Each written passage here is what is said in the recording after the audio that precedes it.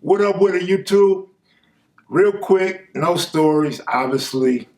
I just want to update y'all on this past weekend, Jackamoe's 69th birthday bash, second annual Triple OG summer vacation that I started 3 years ago.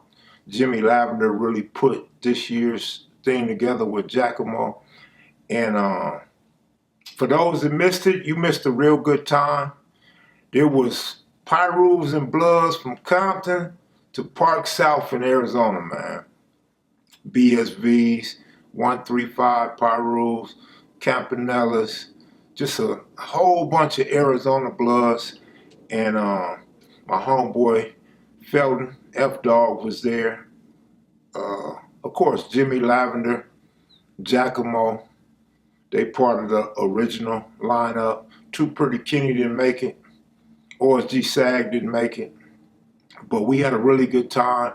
A lot of people was asking me about Slick. A lot of people wanted to meet Slick.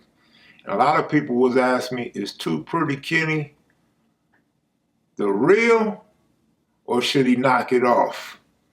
But Kenny really made the first annual Triple OG summer vacation really fun.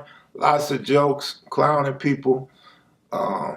Once again, I come out of the domino table notorious, undefeated in Arizona, have not lost a domino game. This year, Jimmy Lavender called me out.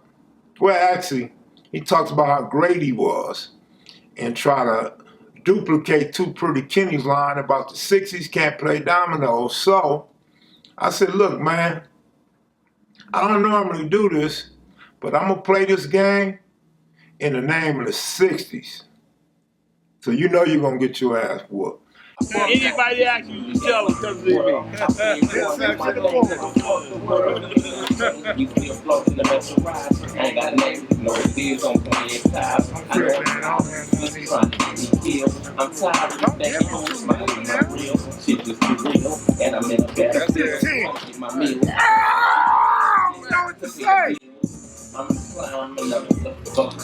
And man, all the older dudes, I felt a little pressure. You got these older dudes talking, oh man, you talking big mess, you gotta win.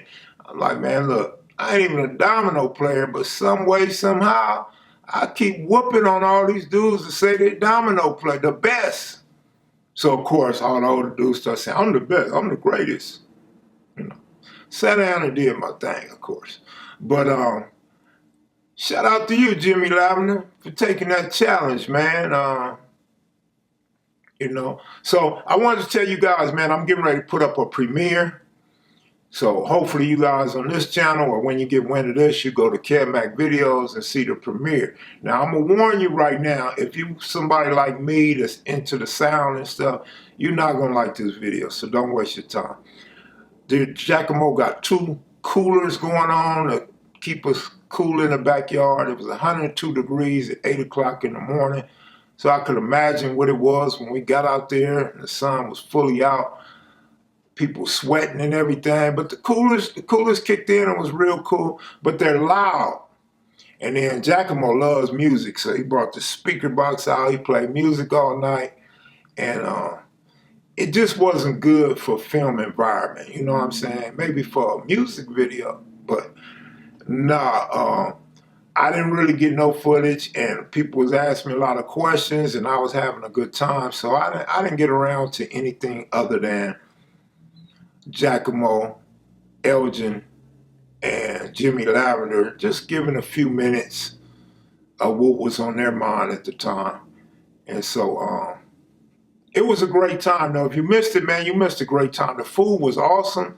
Jackamoe's wife, she can cook. Patty, they say they call her Patty Hearst. Patty Hearst can cook, man, off the hook. The greens was great. Macaroni cheese, great.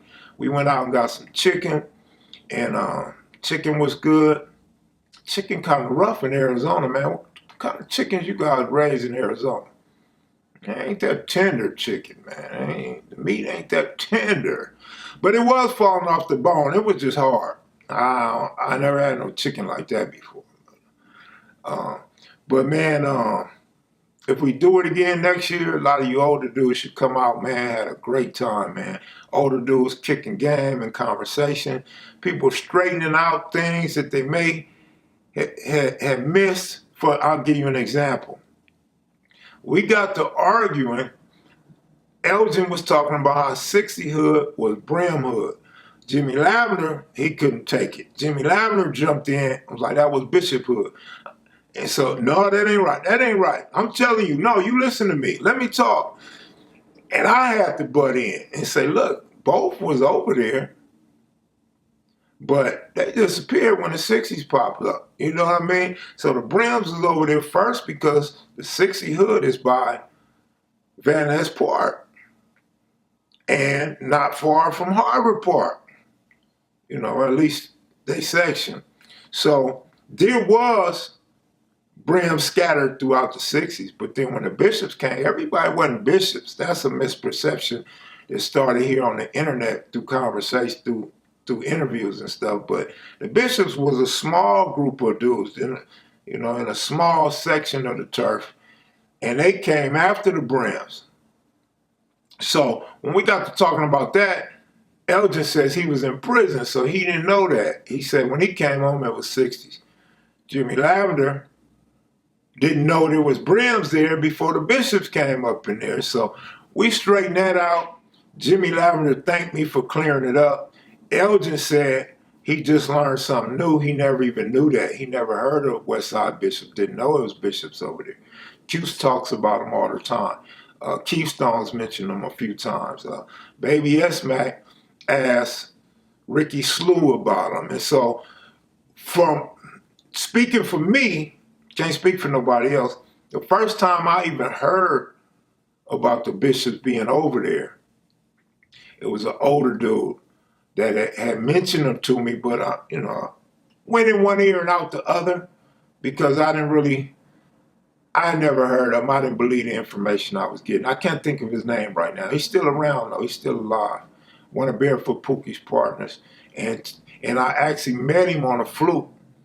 He was passing by looking for Squally D's house or something like that. And I like, what's up?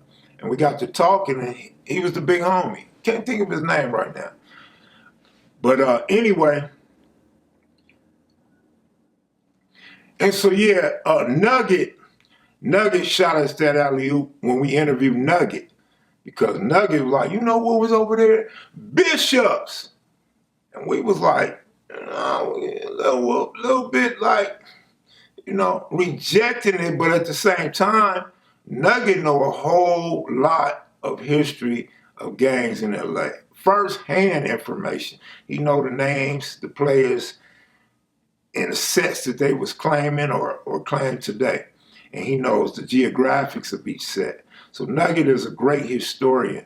And so we believe Nugget. We just wasn't so receptive to it. But as so-called journalists or dudes that's looking for hood history and getting the truth, shit, we got on the ball, man. We started hitting up everybody. Now, we done talked to a whole lot of bishops, including Jimmy Lavender, where the West Side bishops derived from. And we learned a whole lot about Lucky, the guy that moved from the East Side to the West Side. I recently talked to my homeboy Bad News, and he got a lot of bishop history that we don't have on record. So I would like to get some of that info from him or some of the others and get more names of who was bishops. Because a lot of dudes, they think that's foul because of switching sets, but there was no 60 yet. And the West Side was still getting its wheels in some parts of LA. So the 60s are kind of late compared to others, but then there's a lot of gangs that came out after the 60s as well. And that's all I want to say, man. I want to get this content up, man. I want to thank you guys that have been supporting the channel. I'm still hanging tough till we get some interviews. But you should start seeing a little bit of traction on these two channels pretty soon, hopefully, if the Lord blesses us with some interviews and great health. Hey, you guys take it easy, man. Don't forget, I'm finna drop a premiere in just about an hour on the Blue channel.